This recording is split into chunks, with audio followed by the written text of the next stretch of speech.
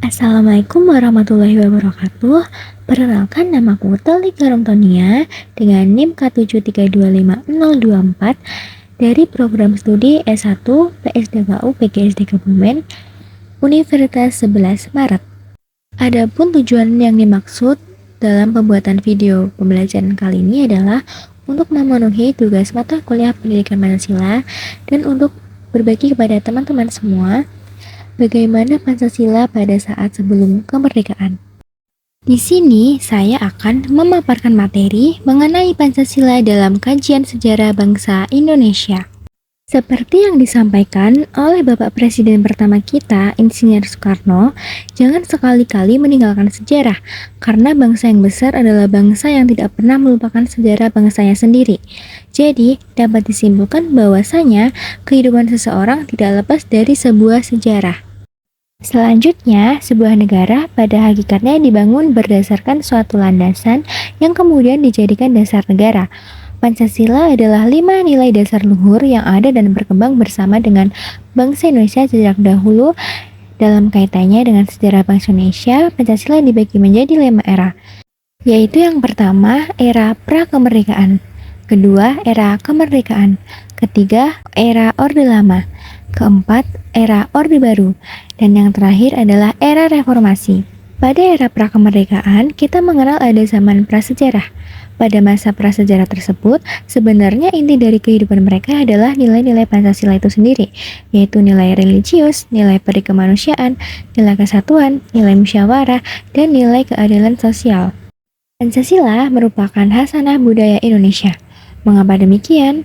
Karena nilai-nilainya telah ada dan hidup dalam sejarah Indonesia dari jauh-jauh hari sebelum Indonesia merdeka, termasuk ketika berdirinya kerajaan-kerajaan di Indonesia, di antaranya Kerajaan Kutai, Kerajaan Sriwijaya, dan Kerajaan Majapahit. Samping itu, pada era kemerdekaan terdapat pula zaman penjajahan, zaman kebangkitan nasional, dan zaman sebelum proklamasi. Selanjutnya, Dr. Rajiman Widyodiningrat selaku Ketua Badan dan Penyelidik Usaha Persiapan Kemerdekaan Indonesia atau yang kita kenal dengan BPUPKI pada tanggal 29 Mei 1945 meminta kepada sidang untuk mengumumkan dasar negara Indonesia merdeka. Sidang BPUPKI pertama dilakukan untuk menunjukkan dasar negara Indonesia. Sidang berlangsung selama 4 hari berturut-turut. Usulan yang pertama disampaikan oleh Bapak Muhammad Yamin pada tanggal 29 Mei 1945. Usulan tersebut diantaranya peri kebangsaan, peri kemanusiaan, peri ketuhanan, peri kerakyatan, dan kesejahteraan rakyat. Selanjutnya, usulan yang kedua disampaikan oleh Profesor Dr. Supomo pada tanggal 30 Mei 1945. Usulan tersebut diantaranya teori negara perseorangan atau individualis, paham negara kelas, dan paham negara integralistik. Dan usulan yang ketiga disampaikan oleh Insinyur Soekarno pada tanggal 1 Juni 1945. Usulan tersebut diantaranya nasionalisme atau kebangsaan Indonesia, internasionalisme atau perikemanusiaan, mufakat atau demokrasi, kesejahteraan sosial, ketuhanan yang Maha Esa atau kebudayaan. Selanjutnya, era kemerdekaan. Era kemerdekaan dimulai dengan proklamasi kemerdekaan Indonesia pada tanggal 17 Agustus 1945. Kemudian, tanggal 18 Agustus pada rapat PPKI ditetapkan Undang-Undang Dasar 1945 dan Presiden serta wakilnya. Sesudah itu, dimulailah pergolakan politik dalam negeri seperti berikut ini. Yang pertama, pembentukan Negara Republik Indonesia Serikat atau RIS. Yang kedua, terbentuknya Negara Kesatuan Republik Indonesia tahun 1950. Negara bagian dalam RIS. Yang pertama, negara bagian RI, proklamasi. Yang kedua, negara Indonesia Timur atau NIT. Yang ketiga, negara Sumatera Timur atau NST. Akhirnya, Berdasarkan persetujuan RIS dengan negara RI tanggal 19 Mei 1950, maka seluruh negara bersatu dalam negara kesatuan dengan konstitusi sementara yang berlaku sejak 17 Agustus 1950. Pancasila pada era Orde Lama. Era Orde Lama ditandai dengan dikeluarkannya Dekret Presiden pada tanggal 5 Juli 1959. Orde Lama berlangsung antara tahun 1959 sampai 1966, yakni pada masa kepemimpinan Presiden Soekarno yang ditandai dengan pembubaran konstituante, Undang-Undang Dasar 1945 kembali berlaku, dan pembentukan Majelis Permusyawaratan Rakyat sementara.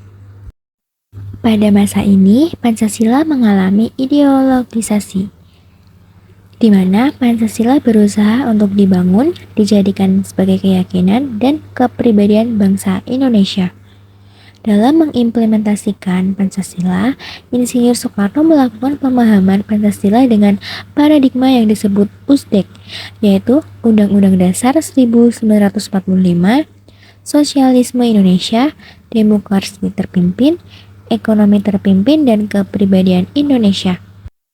Pancasila banyak ditampilkan pada saat membahas mengenai kepribadian nasional.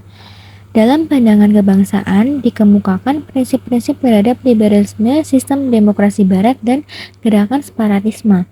Pancasila diperkenalkan dalam hal tersebut pada masa ini. Era Orde Baru.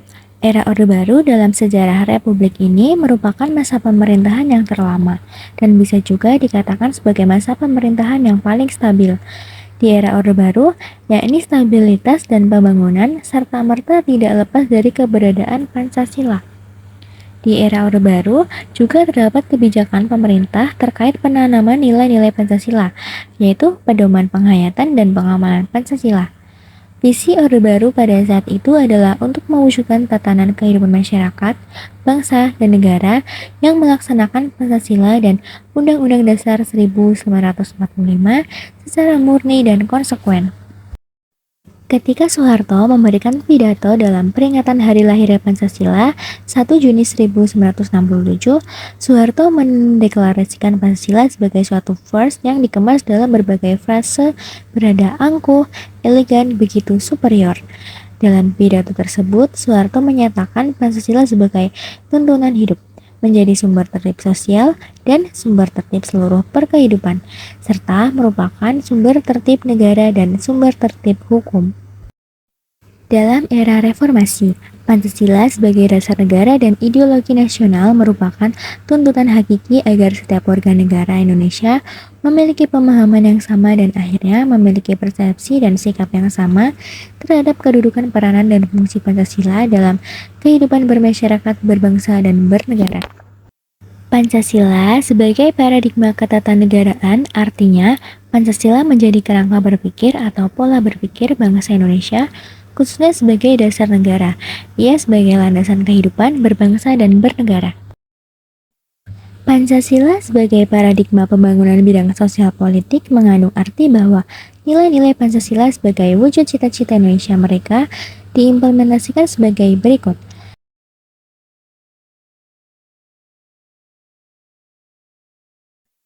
Pancasila sebagai paradigma nasional bidang ekonomi mengandung pengertian bagaimana suatu falsafah itu diimplementasikan secara real dan sistematis dalam kehidupan nyata. Pancasila sebagai paradigma pembangunan nasional bidang kebudayaan mengandung pengertian bahwa Pancasila adalah etos budaya persatuan di mana pembangunan kebudayaan sebagai sarana pengikat persatuan dalam masyarakat majemuk.